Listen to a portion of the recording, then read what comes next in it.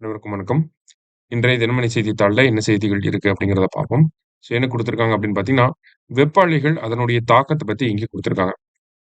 வெப்ப அலை ஹீட் வேவ்ஸ்னா என்ன அப்படின்னு பார்த்தீங்கன்னா, நம்மளோட இந்தியன் மெட்ரோலாஜிக்கல் டிபார்ட்மெண்ட் படி என்ன ஒரு டெஃபினிஷன் குடுக்குறாங்க அப்படின்னா, ஒரு சமவெளி பகுதியா, ஒரு பிளெயின் ரீஜியனா இருந்துச்சு அப்படின்னா, அங்க 40 டிகிரி செல்சியஸ்க்கு மேல போறப்ப, அத வெப்ப அலைகள் அப்படின்னு சொல்றாங்க.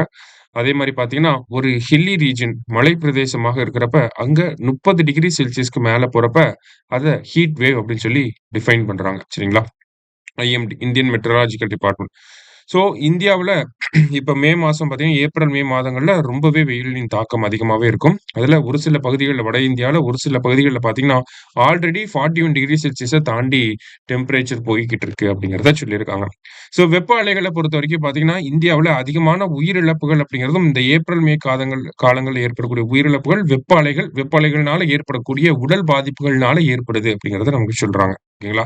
தொடர்ச்சியா ஒரு ஆண்டுல இருந்து அடுத்த ஆண்டு இப்ப 2023க்கும் 24க்கும் பார்த்தோம் அப்படின்னா, வெப்ப அலைகள்னால ஏற்படக்கூடிய உயிரிழப்புகள் அதிகமாயிருக்கு. 2024, 25 கம்பேர் பண்ணி பார்க்கிறப்ப, மறுபடியும் உயிரிழப்புகள் வந்து அதிகமாயிட்டே தான் போகுது. இதுல யார் அதிகமா பாதிக்கப்படுறாங்க அப்படின்னு பார்த்தீங்கன்னா, சீனியர் சிட்டிசன்ஸ் முதியோர்களும், குழந்தைகளும் அதிகமா பாதிக்கப்படுறாங்க. அதே மாரி தொழிலாளர்கள் அப்படின்னு பார்க்கிறப்ப, நமக்கு வந்து கட்டுமான தொழிலாளர்கள் வந்து பாதிக்கப்படுறாங்க. கிக் தொழிலாளர்கள் வந்து பாதிக்கப்படுறாங்க. விவசாய தொழில் பண்ணக்கூடிய விவசாயிகள் வந்து பாதிக்கப்படுறாங்க. இதுல குறிப்பா பெண்கள் ரொம்ப வல்னரபிளாவே இருக்காங்க. சரிங்களா? ஸோ இந்த ஹீட் வேவ்ஸ்னால பார்த்தீங்கன்னா, நமக்கு ஹீட் ஸ்ட்ரெஸ், ஹீட் ஸ்ட்ரோக் போன்ற விஷயங்கள் எல்லாமே நமக்கு உடல் உபாதைகளாக ஏற்படுது. பிரெக்னன்ட் விமனுக்கு வந்து இது ரொம்ப ஒரு அஃப் ஒரு இம்பாக்ட்ட வந்து ஏற்படுத்துது. அந்த மாரியான விஷயங்கள நமக்கு சொல்ல வராங்க. சரிங்களா? இப்ப ஹீட் வேவ்ஸ்ல இருந்து மனிதர்கள் மட்டும் தான் பாதிக்கப்படுறாங்களா அப்படின்னு பார்த்தோம்னா கிடையாது. விலங்குகளுமே பாதிக்கப்படுது. விலங்குகள் எப்படி பாதிக்கப்படுது அப்படின்னு பார்த்தீங்கன்னா, விலங்குகளுக்கு தண்ணீர் பற்றாக்குறை அப்படிங்கிறது வரும். அதே மாரி பார்த்தீங்கன்னா, வெப்ப அலைகள் அதிகமா இருக்கப்ப டெம்பரேச்சர் ரொம்ப அதிகமா போறப்ப, இன்ஃபெர்டிலிட்டி அப்படிங்கிற அந்த ஒரு விஷயத்த விலங்குகள் வந்து ஃபேஸ் பண்ணும். சரிங்களா? இந்த மாதிரி மனிதர்களையும் அ ப பாதிக்கப்படுறாங்க. விலங்குகளுமே பாதிக்கப்படுது. இதனால பார்த்தீங்கன்னா, இந்தியாவுக்கு நெறைய பொருளாதார ரீதியாவுமே பாதிப்புகள் ஏற்படுது. ஓகேங்களா? பொருளாதார ரீதியாக என்ன மாதிரியான பாதிப்புகள் ஏற்படுதுங்கிறத பார்க்கறதுக்கு முன்னாடி, நமக்கு மத்த நாடுகள்ல இந்த ஹீட் வேவ்ஸ் எப்படி இருக்கு அப்படிங்கிறத பார்ப்போம். இப்ப இந்தியா மட்டும் தான் இந்த ஹீட் வேவ்ஸ்னால பாதிக்கப்படுதா அப்படின்னு கேட்டா கிடையாது. உலகத்துல இருக்கக்கூடிய எல்லா நாடுகளுமே ஒரு வருஷத்துல ஏதாவது ஒரு மாசத்துல ஹீட் வேவ்ஸ்னால பாதிக்கப்படுறாங்க. அமெரிக்காலருந்து ஆஸ்திரேலியா வரைக்கும் எல்லா நாடுகளுமே. ஆனா அந்த மாநிலங்கள் அந்த நாடுகள் எல்லாமே என்ன பண்ணியிருக்காங்க அப்படின்னா, அதிலிருந்து தற்காத்துக் கொள்வதற்கான நடவடிக்கைகள ஆல்ரெடி எடுத்து வச்சிருக்காங்க. உதாரணத்துக்கு அமெரிக்காவுல கலிஃபோர்னியா அப்படிங்கிற மாகாணத்துல பார்த்தீங்கன்னா, மக்களுக்கு தொழிலாளர்களுக்கு வந்து குளிர்ந்த குடிநீர் வந்து குடுக்குறாங்க. ஓய்வு இடைவெளிய வந்து வழங்குறாங்க. வெப்பத்திலிருந்து பாதுகாத்துக் கொள்ளக்கூடிய பாதுகாப்பு பயிற்சிகள வழங்குறாங்க. இளைப்பாற ரெஸ்டிங் பிளேஸஸ் வந்து குடுக்குறாங்க. ஏர் கண்டிஷனோட இருக்கக்கூடிய ரெஸ்டிங் பிளேஸஸ் வந்து குடுக்குறாங்க. அ ஆஸ்திரேலியா போன்ற நாடுகள்லாம் பார்த்தீங்கன்னா, உச்சகட்ட வெப்பம் இருக்கிறப்ப, அந்த நேரங்கள்ல வேலையே செய்யக்கூடாது அப்டி சொல்லி வேலை செய்றதுக்கே தடை விதிச்சிருக்காங்க. சரிங்களா? இந்த மாதிரி நெறைய நடவடிக்கைகள மேற்கத்திய நாடுகள் வந்து எடுத்துட்டு தான் இருக்காங்க.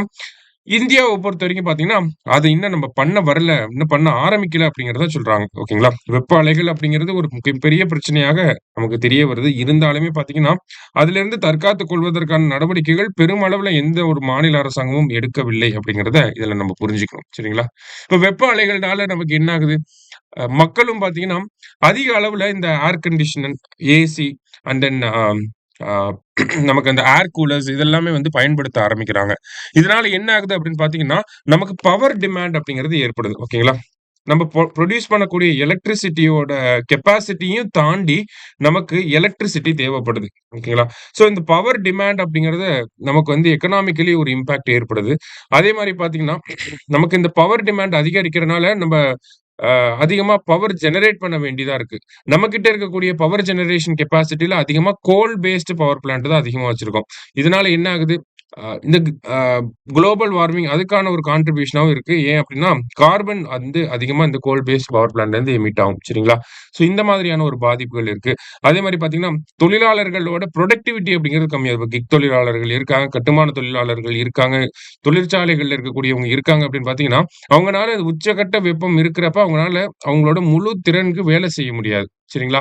இப்ப அதனாலயும் பாதிப்புகள் ஏற்படுது. விவசாயத்துல புரொடக்டிவிட்டி அப்படிங்கிறது அஃபெக்ட் ஆகுது. எல்லாமே பார்த்தீங்கன்னா, ஹீட் வேவ்ஸ்லனால ஏற்படக்கூடிய பாதிப்புகளாக இருக்கு. இப்ப இதுக்கு அரசாங்கங்கள் என்ன பண்ணணும் அப்படின்னா, மக்களுக்கு கிரீன் ஸ்பேஸஸ் அப்படிங்கிறத அதிகப்படுத்தி குடுக்கணும். ஓகேங்களா? இளைப்பாறுவதற்கான இடங்கள், கிரீன் ஸ்பேஸஸ வந்து அதிகப்படுத்தி குடுக்கணும். ஒரு இடத்துல கிரீன் ஸ்பேஸ் இருந்தாலே, அந்த இடம் கொஞ்சம் ஓரளவுக்கு வந்து அந்த வெப்பத்தின் தாக்கம் அப்படிங்கிறது கம்மியாகும். அதே மாரி தொழிலாளர்களோட வேலை நேரங்கள வந்து ஆல்டர் பண்ணணும். இப்ப ஏர்லி மார்னிங் 6 மணிக்கே வந்து ஆரம்பிச்சு ஒரு 11 மணி, 12 மணி வரைக்கும் பண்றது. அப்புறம் வெயில் உச்சமாக இருக்கக்கூடிய அந்த 12லிருந்து 3 மணி வரைக்கும் எந்த வேலையும் செய்யாம ரெஸ்ட் டைம் குடுத்துட்டு, அதிலிருந்து மீதி 3 மணிக்கு மேல இருந்து ஒரு 6, 7 மணி வரைக்கும் வேலை வைக்கலாம். ஸோ இந்த மாதிரியான சஜஷன்ஸ வந்து நெறைய குடுக்குறாங்க.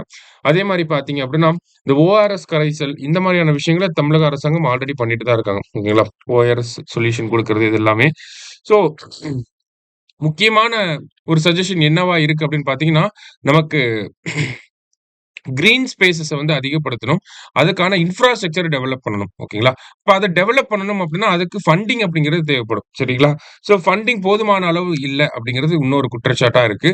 ஸோ இந்த ஃபண்டிங்க பொறுத்தவரைக்கும் பார்த்தீங்கன்னா, இப்ப புயல், வெள்ளம், வெப்பம்லாம் ஐ மீன் புயல், வெள்ளம்லாம் வந்துச்சு அப்படின்னா, நமக்கு அத வந்து டிசாஸ்டரா டிஃபைன் பண்ணிடுறாங்க. டிசாஸ்டர் மேனேஜ்மென்ட் ஃபண்ட்ல இருந்து நமக்கு நிதி வழங்கப்படுது. ஆனா, இந்த வெப்ப அலைகள், ஹீட் வேவ்ஸ் அப்படிங்கிறது இன்னும் டிசாஸ்டர் மேனேஜ்மென்ட் ஆக்ட், பேரிடர் மேலாண்மை சட்டத்துக்கு கீழ அத வந்து இன்னும் ஒரு இயற்கை பேரிடராக நம்ம டிஃபைன் பண்ண கிடையாது. அதனால அதிலிருந்து வரக்கூடிய ஃபண்டிங்கும் கம்மியா தான் இருக்கு. அப்படிங்கிறப்ப டிசாஸ்டர் மேனேஜ்மென்ட் ஆக்ட்க்கு கீழ இந்த ஹீட் வேவ்ஸ் அப்படிங்கிறத டிஃபைன் பண்ணணும். அப்படிங்கிற கோரிக்கைகளும் இருக்க தான் செய்யுது. இப்ப மத்த ஸ்டேட் கவர்ன்மெண்ட்ஸ் என்ன ஸ்டெப்ஸ் எடுத்திருக்காங்க. இப்ப உதாரணத்துக்கு தமிழக அரசாங்கம் என்ன மாரியான ஸ்டெப்ஸ் எடுத்திருக்காங்க அப்படின்னா, நமக்கு விசிபிளாவே தெரியும். நமக்கு வந்து சிக்னல்ல வந்து ஒரு நிழல் தரக்கூடிய செட்டப் வந்து போட்டிருக்காங்க. ஓஆர்எஸ் கரைசல் குடுக்குறாங்க. நெறைய இடங்கள்ல குடிநீர் தொட்டிகள வந்து வச்சிருக்கிறாங்க. அதே மாரி சென்னை பகுதிகள்ல பார்த்தீங்கன்னா, கிக் தொழிலாளர்களுக்கு ஓய்வு எடுக்கிறதுக்காக ஏசி ரூம்ஸ வந்து அங்கங்க வந்து செட்டப் பண்ணிக்கிட்டு இருக்காங்க. இந்த மாரி ஒரு சில ஸ்டெப்ஸ் எடுத்தாலும், இன்னும் கான்கிரீட்டான லாங் டெர்ம் ஸ்டெப்ஸ நம்ம எதுவுமே எடுக்க கிடையாது. நம்ம ஒரு டிசாஸ்டர் நடக்குது, ஹீட் வேவ்ஸ் வருதுன்னா, அதுக்கு நம்ம ரியாக்ட் தான் பண்றோம். அதுக்கு நம்ம இன்னும் பிரிப்பேர் பண்ணல. பிரிவென்ஷன்க்கான ஒரு வழி இன்னும் நம்ம பார்க்கல அப்படிங்கிறத இந்த இடத்துல நம்ம புரிஞ்சுக்கணும். சரிங்களா? ரைட். அடுத்ததா பார்த்தீங்கன்னா, இன்றைய திருக்குறள். "வெள்ளத்து அணிய இடும்பை அறிவுடையான் உள்ளத்தின் உள்ளக்கெடும்" அப்படின்னு சொல்லி குடுத்திருக்காங்க. "வெள்ளம் போல் அளவற்றதாய் வரும் துன்பம் அறிவுடையவன் தன் உள்ளத்தினால் அத்துன்பத்தின் இயல்பை நிலத்த அளவில் கெடும்" அப்படின்னு சொல்லி குடுத்திருக்காங்க. ஸோ எவ்வளவு துன்பம் வந்தாலும், அத அறிவுடையவன் அவன் நினைக்கக்கூடிய திங்கிங்க பேஸ் பண்ணி அத வந்து ஈஸியா டிஃபீட் பண்ணிடலாம் அப்படிங்கிறத சொல்றாங்க. திருக்குறள் எண் 622 அதிகாரம் "இடுக்கண் அழியாமை" அப்படிங்கிற அதிகாரத்துல. ஸோ இன்றைய செய்தித்தாள்ல இருந்து முக்கிய செய்திகள பார்த்திருக்கோம். நன்றி. சுரேஷ் IAS அகாடமி வெற்றியின்